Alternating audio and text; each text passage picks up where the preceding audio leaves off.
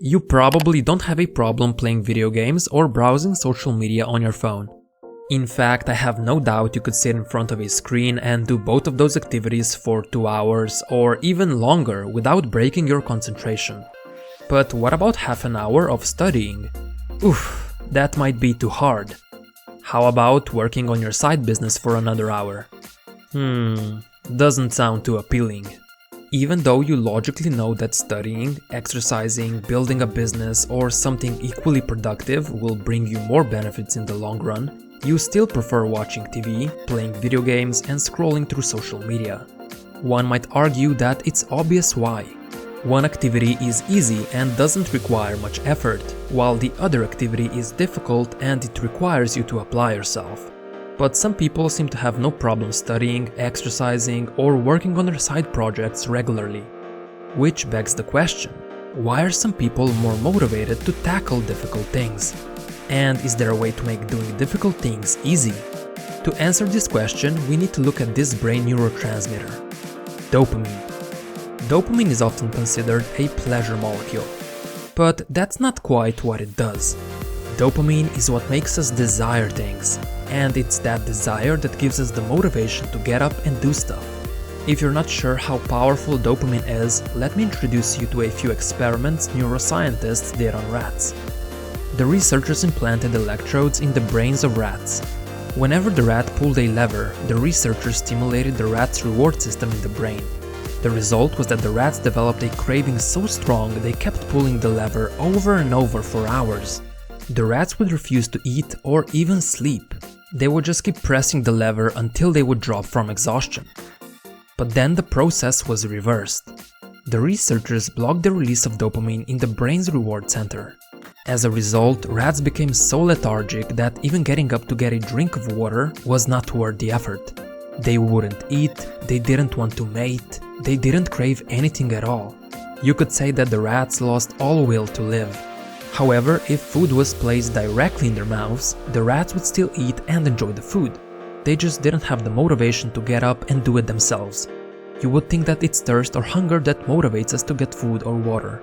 But there's also dopamine that plays a key role here.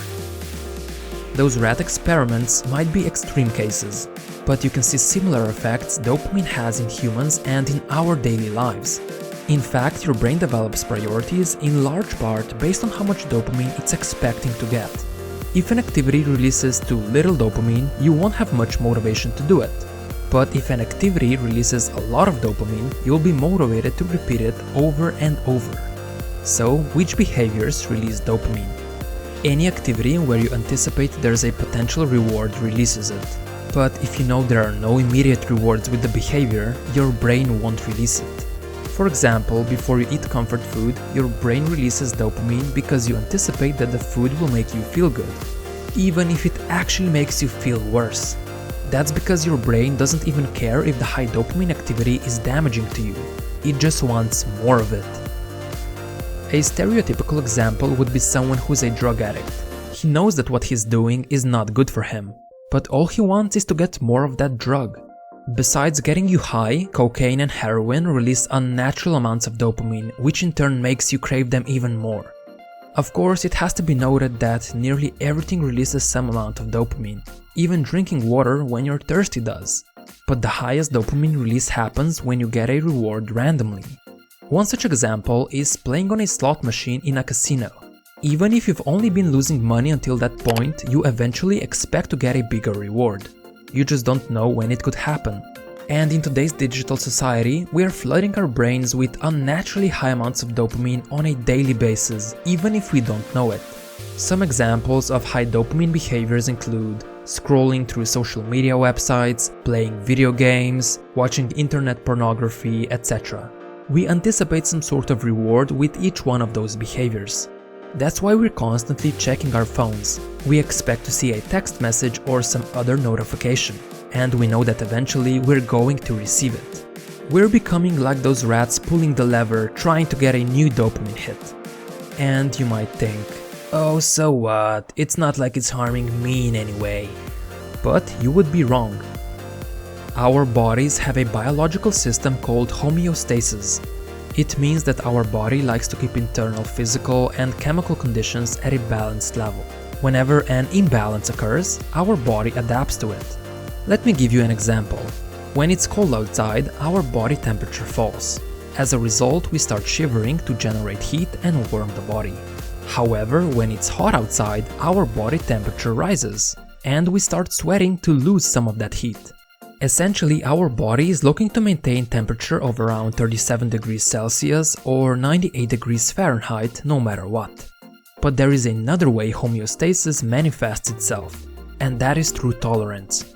For example, someone who rarely drinks alcohol will get drunk really fast, but someone who drinks on a regular basis will have to drink more alcohol because their body has developed a tolerance to it. Essentially, it takes more and more alcohol to make them drunk because they've become less sensitive to its effects. And it's not much different with dopamine. Your body tries to maintain homeostasis, so it downregulates your dopamine receptors. Essentially, your brain gets used to having high levels of dopamine, and those levels become your new normal. Thus, you develop a dopamine tolerance.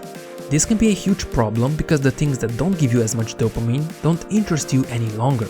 And it's much more difficult to motivate yourself to do them.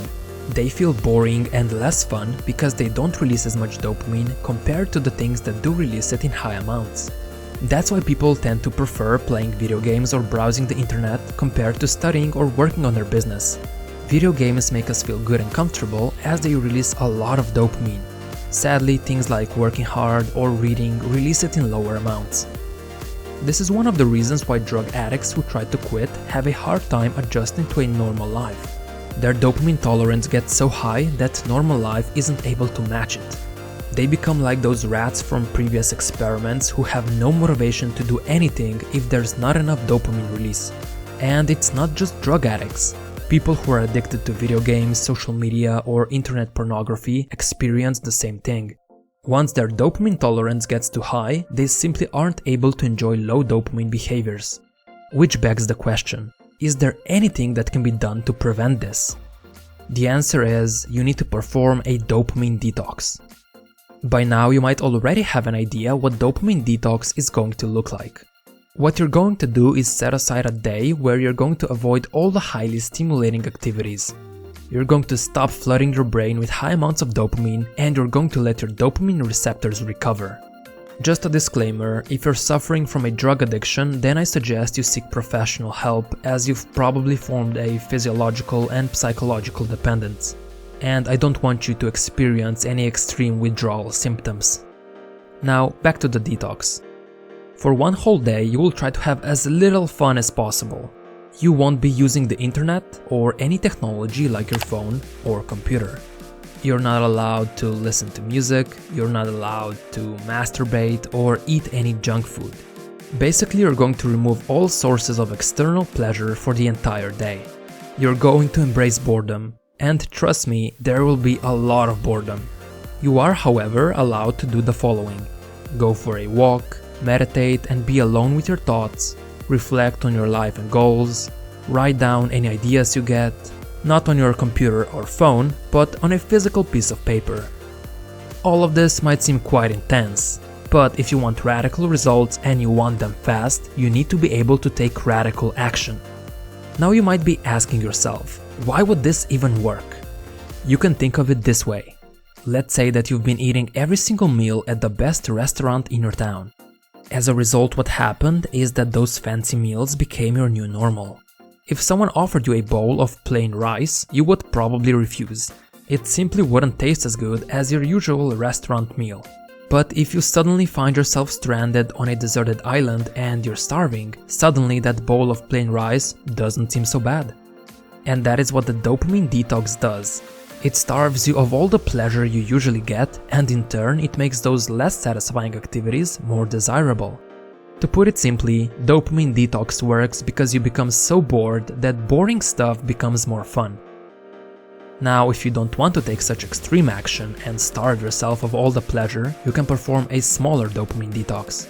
You're going to pick one day of the week where you're going to refrain from one of your high dopamine behaviors completely.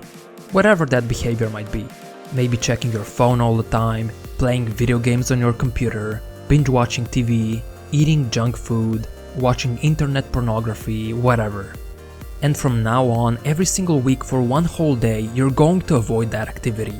You can still do other things, but the behavior you pick is off limits. Yes, you will feel slightly bored, but that's the point. You want to let your dopamine receptors recover from the unnaturally high dopamine that's been flooding your brain. And boredom is going to propel you to do other things that day. Things that you would normally put off because they don't release as much dopamine. And because you're bored, it's easier for you to do them. Of course, avoiding high dopamine behavior once in a while is good, but ideally you should avoid those behaviors altogether, or at least as much as possible. Instead, you want to connect more dopamine to the things that will actually benefit you. And what I found is that your current high dopamine activities can serve as an incentive to pursue things that actually give you those long-term benefits. In other words, you could use your high dopamine activity as a reward for completing difficult work. And this is exactly what I do myself. I track all the difficult, low dopamine work I do. Cleaning my apartment, practicing the piano, reading books, doing some sort of exercise, creating these videos, etc. After I'm able to get a certain amount of work done, I reward myself with some amount of high dopamine activity at the end of the day. The key words here are after and at the end of the day. If I indulge in high dopamine behavior first, then I'm not going to feel like doing the low dopamine work. I'm simply not going to be motivated enough. So I always start with the difficult things, only then I allow myself to indulge in high dopamine activities. To give you an example, for every completed hour of low dopamine work, I reward myself with 15 minutes of high dopamine behavior at the end of the day. That means that for 8 hours of low dopamine, I allow myself roughly 2 hours of high dopamine behavior. Of course, these are my ratios. You can tweak them to your liking. Also, it has to be noted that if you're addicted to something that's damaging to your health, then you don't want to treat that behavior as a reward. Instead, find a different reward that's not as damaging. One that you still think is worth the effort. And if you're wondering what my guilty pleasure is, it's the internet. I can easily get lost there for hours without doing anything else. That's why I have this system. It's so I'm able to control my addiction. But make no mistake, even with this system, I still plan days where I abstain from high dopamine activities completely. To conclude this video, I want to say that it is possible to make doing difficult things feel easier. But when your brain is getting so much dopamine all the time, you won't be as excited about working on something that doesn't release much of it. That's why you might want to limit your phone and computer usage along with other high dopamine releasing behavior. And I can tell you that it's definitely worth it. So if you have motivation problems, start dopamine detoxing your brain as soon as possible. Separate yourself from the unnaturally high amounts of dopamine, or at least expose yourself to it far less frequently. Only then will normal, everyday, low dopamine activities become exciting again, and you'll be able to do them for longer. We are all dopamine addicts to a certain extent. And that's a good thing, because dopamine motivates us to achieve our goals and improve ourselves.